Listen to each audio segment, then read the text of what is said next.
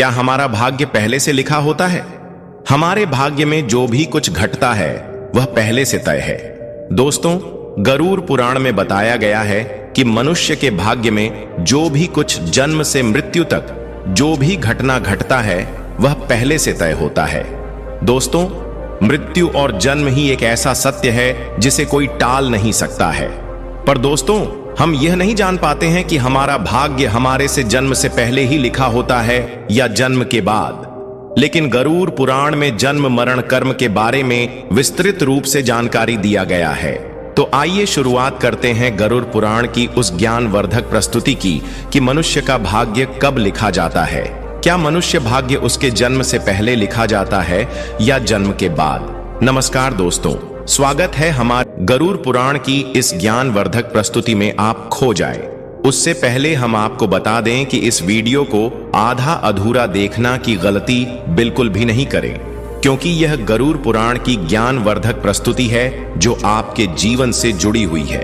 गरुड़ पुराण की इस रहस्यमय ज्ञान को जानने के बाद आपके जीवन से जुड़ी समस्त लोभ, क्रोध, मोह, दुखों का अंत होगा। मित्रों, भगवान श्री कृष्ण कहते हैं, कभी भी किसी व्यक्ति को गरुड़ पुराण की बातों को आधा अधूरा नहीं सुनना चाहिए, क्योंकि आधा अधूरा ज्ञान हमेशा विष के समान होता है। इसीलिए मित्रों, आपसे यही आग्रह है, आप इस वीडियो को बिना स्किप किए अंत तक जरूर देखिए। साथ ही इस वीडियो को एक लाइक करके चैनल को अवश्य सब्सक्राइब कर लीजिए। और हां दोस्तों, कमेंट बॉक्स में जय श्री कृष्णा लिखकर ईश्वर को आप अपना आभार व्यक्त जरूर कर दीजिए। इससे आपके जीवन से सभी दुखों का अंत होगा। आइए दोस्तों, जानते हैं गरुड़ पुराण में श्री कृष्ण ने बताए हैं कि हर मनुष्य के जीवन में जो कुछ भी होता है वह जन्म से पहले से तय होता है, उसे कोई टाल नहीं सकता है। दोस्तों, गरुड़ पुराण हमें जन्म मरण से लेकर वर्तमान जीवन कैसे जिए यह सभी चीजों के बारे में सिखाते हैं। आइए दोस्तों, आज हम एक कथा के माध्यम से जानते हैं कि हमारा भाग्य जन्म से पहले लिखा जाता है या जन्म के बाद, जो गरुड़ पुराण और स्कंद पुराण के द्वारा बताया गया है, जो श्री कृष्ण ने स्वयं नारद से बतलाया था। आज हम उन्हीं कथा को जानेंगे। मित्रों, एक समय की बात है, द्वारका नगरी में श्री कृष्ण अपने दिव्य आसन पर बैठे हुए थे। तभी देवर श्री नारद नारायण नारायण का जाप करते हुए उनके पास पहुंचते हैं और उन्होंने प्रणाम करके कहा, हे प्रभु, आप त्रिकालदर्शी हैं। मैंने सुना है कि जो जीव मनुष्य जन्म लेता है, क्या उसका भाग्य पहले से लिखा होता है? हे प्रभु, मैं जानना चाहता हूं कि मनुष्य के साथ जो कुछ घटना घटित होती है वह उसके जन्म से पहले तय होती है या वह पिछले जन्म का भोग भोगता है? क्या यह सत्य है या हम अपनी मेहनत और कर्मों से इसे बदल सकते हैं? फिर भगवान श्री कृष्ण नारद की बात सुनकर मुस्कुराए और बोले, हे नारद, आपका यह प्रश्न बहुत ही गुण और महत्वपूर्ण है, जो मानव जाति के लिए उसके जन्म, कर्म और मृत्यु पर आधारित है। फिर कृष्ण बोले, हे नारद, मैं तुम्हें एक कथा सुनाता हूं जो न केवल तुम्हारे इस प्रश्न का उत्तर देगी, बल्कि हर मनुष्य के लिए एक चेतावनी और प्रेरणा भी होगी। तुम इस कथा को पूरे ध्यान पूर्वक आखिरी तक सुनो। कृष्ण बोले, हे नारद, यह गरुड़ पुराण की है। जो यह कथा को आधा अधूरा सुनने की गलती करता है उस पर भारी संकट आती है, क्योंकि आधा अधूरा ज्ञान हमेशा विष के समान होता है। कृष्ण बोले, हे नारद, इस कलयुग भरी संसार में जो मनुष्य इस कथा को पूरे ध्यान पूर्वक आखिरी तक सुन लेगा और समझ लेगा, उसका इस संसार से सभी पाप, कर्म, क्रोध, मोह से मुक्ति मिलेगा। फिर नारद बोले, हे प्रभु, मैं उस कथा को पूरे ध्यान पूर्वक आखिरी तक सुनूंगा। आप उस कथा को निश्चित हो सुनाएं। फिर श्री कृष्ण ने नारद को वह कथा सुनाते हुए कहा, हे नारद, प्राचीन काल में एक विशाल और समृद्ध राज्य था जिसका नाम अक्षयपुरी था। उस राज्य का शासक राजा रत्नधर था। राजा रत्नधर अत्यंत धर्मात्मा और न्याय प्रिय था। वह सदैव अपने राज्य के प्रजा के कल्याण के लिए काम करता था और धर्म का पालन करता था। उसे भगवान से एक संतान का आशीर्वाद चाहिए था, ताकि वह अपने राज्य का कार्यभार किसी योग्य उत्तराधिकारी को सौंप सके। फिर हे नारद, राजा रत्नधर और रानी दोनों ने कई वर्षों तक तपस्या की, इससे भगवान शिव ने प्रसन्न होकर उसे संतान होने का वरदान दिया। फिर एक दिन भगवान शिव के आशीर्वाद से रानी गर्भवती हुई। राजा और रानी अत्यंत प्रसन्न थे, क्योंकि वे चाहते थे कि उनका बेटा महान शासक बने और राज्य को सुख समृद्धि की ओर ले जाए। परंतु जब रानी ने बेटे को जन्म दिया तो वह बच्चा विकलांग और शारीरिक रूप से कमजोर था। उसके शरीर की हड्डियां टूटी हुई थीं और वह शारीरिक रूप से सक्षम नहीं था। राजा रत्नधर का दिल टूट गया। उसने भगवान से यह सवाल पूछा कि ऐसा क्यों हुआ। तब राजा रत्नधर ने भगवान श्री कृष्ण से मिलने का निर्णय लिया और उन्हें अपने दुखों को साझा करने के लिए वहां पहुंचे। राजा ने भगवान से पूछा, हे प्रभु, मैंने इतनी तपस्या की, यज्ञ किए, फिर भी मेरे बेटे का जन्म विकलांग क्यों हुआ? मैंने भगवान शिव से आशीर्वाद लिया था, लेकिन ऐसा क्यों हुआ? क्या यह मेरे भाग्य में पहले से लिखा हुआ था? फिर श्री कृष्ण मुस्कुराए और कहा, हे राजा, तुम सही कहते हो कि तुम्हारा पुत्र विकलांग जन्मा है। क्या तुम जानते हो कि तुम्हारे पुत्र का जन्म इस प्रकार क्यों हुआ है? यह तुम्हारे द्वारा किए गए पूर्व जन्मों के कर्मों का फल है।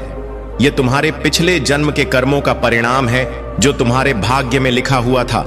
लेकिन इसका कारण यह नहीं है कि तुम्हारा भाग्य पहले से निर्धारित था। यह घटना तुम्हारे और तुम्हारे बेटे के कर्मों का फल है जो उसके पिछले जन्मों से जुड़ा हुआ है। राजा ने आश्चर्यचकित होते हुए पूछा, हे प्रभु, क्या भाग्य वास्तव में पहले से लिखा होता है? श्री कृष्ण ने कहा, जन्म, मृत्यु और जीवन के उतार चढ़ाव पहले से निर्धारित होते हैं, लेकिन हम जो कर्म करते हैं वह हमारे भाग्य को बदल सकते हैं। जिस दिन तुम्हारे बेटे का जन्म हुआ उस दिन तुमने एक विशेष संतान का वरदान प्राप्त किया था, लेकिन उस संतान को चुनौतियां मिलना जरूरी था ताकि वह अपने जीवन में धैर्य, साहस और पराक्रम को विकसित कर सके। लेकिन उसका भविष्य केवल उस समय के कर्मों से नहीं होता है, बल्कि यह तुम्हारे पिछले जन्मों के कर्मों का परिणाम है। श्री कृष्ण ने राजा रत्नधर से कहा, हे राजन, भाग्य और कर्म में बहुत गहरा संबंध है। हमारे कर्म ही हमारे भाग्य का निर्माण करते हैं। यही कारण है कि हमें जीवन में अपने कर्मों को सदैव धर्म और सत्य के मार्ग पर रखना चाहिए। श्री कृष्ण ने कहा, हे राजन, जो कुछ भी तुम्हारे जीवन में घटित होता है वह तुम्हारे पिछले जन्म के कर्मों का परिणाम है। यदि तुम्हारा बेटा विकलांग जन्मा है तो यह उसकी आत्मा के पिछले जन्म के कर्मों का फल है। जब तुम एक पुण्य आत्मा के रूप में जन्म लेते हो तो तुम्हारे जीवन में कठिनाइयां और संघर्ष जरूर होंगे, क्योंकि इस दुनिया में हर आत्मा को कुछ न कुछ कष्ट भोगना पड़ता है ताकि वह अपने पिछले कर्मों को समाप्त कर सके। लेकिन याद रखो, तुम्हारे बेटे के जीवन में जो कठिनाई है वह उसकी परीक्षा है। यदि वह धैर्य और साहस से इन कठिनाइयों का सामना करता है तो वह अपने भाग्य को बदल सकता है। एक दिन वह वही कार्य करेगा जिसकी कल्पना तुमने अपने जीवन में की थी। मित्रों, फिर राजा रत्नधर ने पूछा, हे प्रभु, क्या मैं और मेरे पुत्र अपने भाग्य को बदल सकते हैं? श्री कृष्ण ने उत्तर दिया, बिल्कुल, तुम दोनों ही अपने भाग्य को बदल सकते हो। तुम्हारे बेटे के जन्म के समय जो विकलांगता थी वह उसके कर्मों का फल था, लेकिन उसका भविष्य तुम्हारे अच्छे कर्मों पर निर्भर करता है। यदि तुम उसे साहस, धैर्य और आत्मविश्वास से भर दोगे तो वह अपने भाग्य को बदल सकता है। तुम्हारे अच्छे कर्मों के परिणाम स्वरूप वह एक दिन महान बनेगा और राज्य का भार संभालने में सक्षम होगा। मित्रों, फिर भगवान श्री कृष्ण ने आगे कहा, भाग्य एक चक्र के समान है जो कर्मों के आधार पर घूमता रहता है। जब तुम अच्छे कर्म करते हो तो तुम अपने भाग्य को सुखमय बना सकते हो। फिर आगे श्री कृष्ण से राजा रत्नधर ने कहा, क्या भाग्य निश्चित रूप से पिछले कर्मों से जुड़ा होता है? श्री कृष्ण बोले, हां, लेकिन उसे बदलने की शक्ति तुम्हारे हाथों में है। यदि तुम अच्छे कर्म करते हो तो वह तुम्हारे भाग्य को भी सुधार सकते हो। साथ ही भक्ति साधना और सेवा से भाग्य बदला जा सकता है। भगवान की भक्ति से ईश्वर को प्रसन्न करके हम अपने भाग्य को बदल सकते हैं। अगर तुम अपने पुत्र को साहस और आत्मविश्वास से जीवन के संघर्षों का सामना करने की शिक्षा दोगे तो वह अपने भाग्य को बदल सकता है। राजा रत्नधर ने भगवान श्री कृष्ण की बातों को पूरी तरह से आत्मसात किया और अपने पुत्र को शिक्षा देने का संकल्प लिया। उसने अपने पुत्र को कठिनाइयों के बावजूद साहस और विश्वास के साथ जीवन जीने की प्रेरणा दी। समय के साथ उस विकलांग पुत्र ने अपनी आत्मविश्वास और कठिनाई से लड़ते हुए समाज में महत्वपूर्ण स्थान प्राप्त किया। उसकी संघर्षशीलता और साहस ने राज्य में उसका सम्मान बढ़ाया। कृष्ण बोले, हे नारद, तुम यह समझो कि भाग्य एक निरंतर प्रक्रिया है जो कर्मों के आधार पर बदलती रहती है। जो लोग जीवन में अपने कर्मों को सुधारते हैं और भगवान की शरण में जाते हैं, उनका भाग्य भी बदलता है। यह केवल कर्म ही नहीं है, बल्कि यह जीवन के संघर्षों और कर्मों का परिणाम है। मित्रों, फिर श्री कृष्ण ने नारद से कहा, यह कथा हमें यह सिखाती है कि जीवन में जो कुछ भी घटित होता है वह हमारे पिछले कर्मों का फल है। भाग्य और कर्म का कोई निश्चित प्रारूप नहीं है। हमारा कर्म हमारा भाग्य बदल सकता है। मित्रों, गरुड़ पुराण हमें सिखाते हैं, यदि हम अच्छे कर्म करते हैं और सत्य की राह पर चलते हैं और ईश्वर के ध्यान करते हैं तो हम अपने जीवन की दिशा बदल सकते हैं। फिर श्री कृष्ण ने नारद से कहा, हे नारद, यह संसार कर्मों का दर्पण है। जो जैसा कर्म करेगा वह वैसा फल भोगे। मनुष्य को यह ध्यान रखना चाहिए कि माता पिता की सेवा, दूसरे की सहायता और ईश्वर का ध्यान ही सबसे बड़ा धर्म है। जो मनुष्य अपने पिछले जन्म में किसी के साथ पाप किया है, किसी को कष्ट दिया है, उसे न केवल नरक में भयानक यातना मिलती है, बल्कि वह जन्म जन्मांतर तक उस भोग भगती है। लेकिन जो अपना कर्म सुधार है, वह इस चक्र से मुक्त हो सकता है, क्योंकि यह संसार एक अवसर है। धर्म, सेवा, सत्य ही मनुष्य का जीवन है। मनुष्य के यह समझना चाहिए कि मृत्यु के बाद के उसके अच्छे कर्म ही साथ जाते हैं। मित्रों, यह कथा हमें यह सिखाती है कि हमारे भाग्य पिछले कर्मों का फल है। हर पाप का दंड, हर पुण्य का फल निश्चित होता है। हे मनुष्य, तुम अपने कर्मों पर ध्यान दो, स्वार्थ, पाप और अहंकार को त्यागो, धर्म, सत्य और सेवा को अपनाओ, क्योंकि यही जीवन का सबसे बड़ा सत्य मार्ग है। मित्रों, श्री कृष्ण ने इस प्रकार नारद को गरुड़ पुराण के रहस्य को बताया।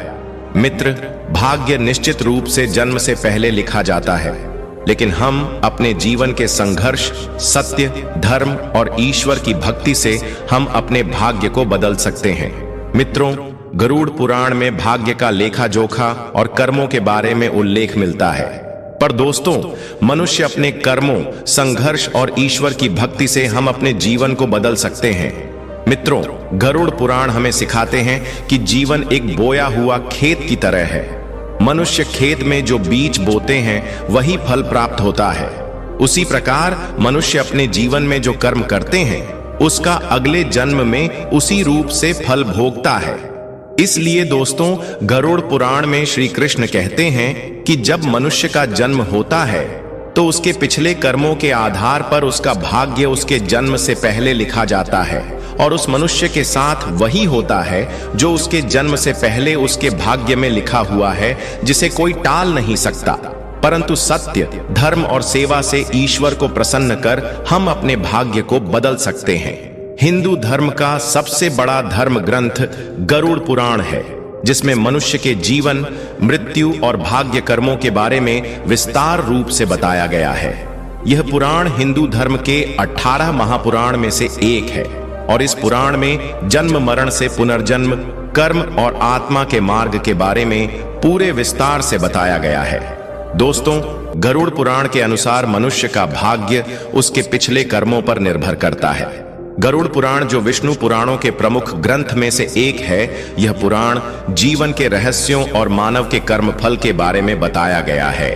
गरुड़ पुराण में श्री कृष्ण को साक्षात भगवान विष्णु के अवतार माने जाते हैं। दोस्तों, गरुड़ पुराण में श्री कृष्ण कहते हैं, मनुष्य अपने जीवन में अच्छे कर्म और सत्य मार्ग पर चलकर ईश्वर को प्रसन्न कर हम अपने भाग्य में होने वाले घटनाओं से बच सकते हैं और आने वाले भाग्य को हम बदल सकते हैं। मित्रों, गरुड़ पुराण में श्री कृष्ण ने मनुष्य को जीवन जीने के लिए 3 मुख्य उपदेश दिए हैं, जिन पर चलकर हम अपने भाग्य के कर्मों को बदल सकते हैं। दोस्तों, आप इस वीडियो को अंत तक जरूर देखिए, क्योंकि यह सारी जानकारी गरुड़ पुराण के द्वारा बताया गया है।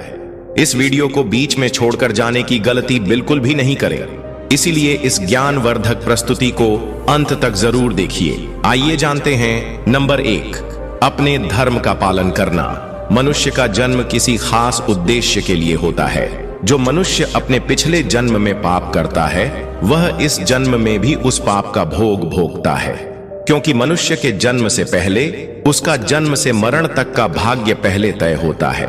इसलिए दोस्तों, गरुड़ पुराण में श्री कृष्ण ने बताया है, मनुष्य को हमेशा धर्म और सत्य का पालन करना चाहिए। इससे हमारे पिछले जन्म के पाप से बच सकते हैं। ईश्वर की भक्ति से हम अपने जीवन को बदल सकते हैं। हम सभी ऊंचाई तक पहुंच सकते हैं। दोस्तों, यह जीवन एक अनमोल उपहार है। आप इसे व्यर्थ न जाने दें। सही कर्म और धर्म का पालन से हम अपने जीवन को अगले जन्म में होने वाले घटनाओं से बच सकते हैं। यह न केवल आपके लिए है, बल्कि इसे पूरे समाज और दुनिया के आप प्रेरणा का स्रोत बन सकते हैं। नंबर 2, माता पिता सेवा और आदर करना। दोस्तों, गरुड़ में श्री कृष्ण कहते हैं कि मनुष्य को हमेशा अपने माता पिता की सेवा करनी चाहिए, क्योंकि माता पिता के ही चरणों से तीनों लोकों का स्वर्ग है।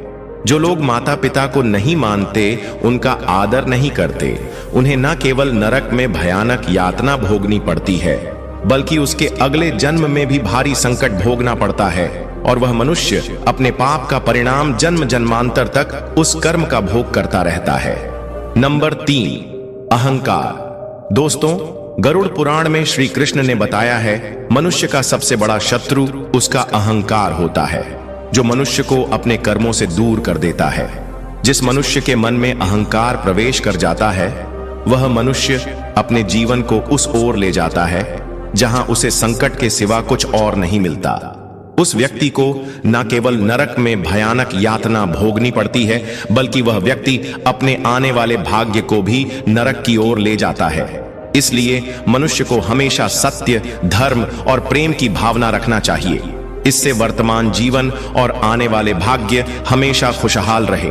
मित्रों, गरुड़ पुराण हमें सिखाता है, यह जीवन हमारे कर्मों का फल है। यह ग्रंथ हमें यह समझने की प्रेरणा देता है कि अपने जीवन से धर्म, सत्य, परोपकार का पालन करना ही सबसे बड़ा कर्तव्य है।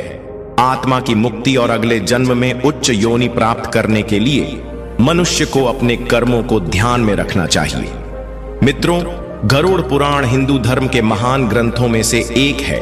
यही हमारे जीवन को सही दिशा में चलने का ज्ञान देता है, जो हमें यह सिखाता है कि मनुष्य का भाग्य उसके कर्मों और ईश्वर की इच्छा का परिणाम होता है। यह ग्रंथ न केवल जीवन और मृत्यु के रहस्यों के बारे में बताता है, बल्कि यह भी समझाता है कि मनुष्य अपने जीवन को किस प्रकार सही दिशा में ले जा सकता है। गरुड़ पुराण में मनुष्य के जन्म मरण से लेकर वर्तमान जीवन कैसे जिए, इन सभी चीजों के बारे में विस्तार से वर्णन किया गया है। मनुष्य के जीवन से लेकर मृत्यु तक की सारी जानकारी इस धर्म ग्रंथ गरुड़ पुराण में बताया गया है। मनुष्य जीवन में जो कुछ घटित होता है, वह हमारे पिछले जन्म का फल है।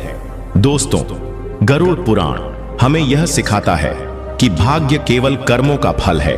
भले ही भाग्य जन्म से पहले लिखा हो, पर हम अपनी कर्मों से इसे बदल सकते हैं। मित्रों, जीवन एक दुर्लभ अवसर है, जिसे सही दिशा में ले जाकर हम आत्मा को मोक्ष की ओर अग्रसर कर सकते हैं। धन्यवाद दोस्तों। गरुड़ पुराण के द्वारा सभी बतलाए गए बातों को अवश्य ध्यान में रखें और सत्य की राह पर चलें। इससे आने वाले जीवन अत्यंत सुखद हो। और दोस्तों, वीडियो अच्छा लगा तो इस वीडियो को लाइक करके कमेंट में जय श्री कृष्ण जरूर लिख दीजिए।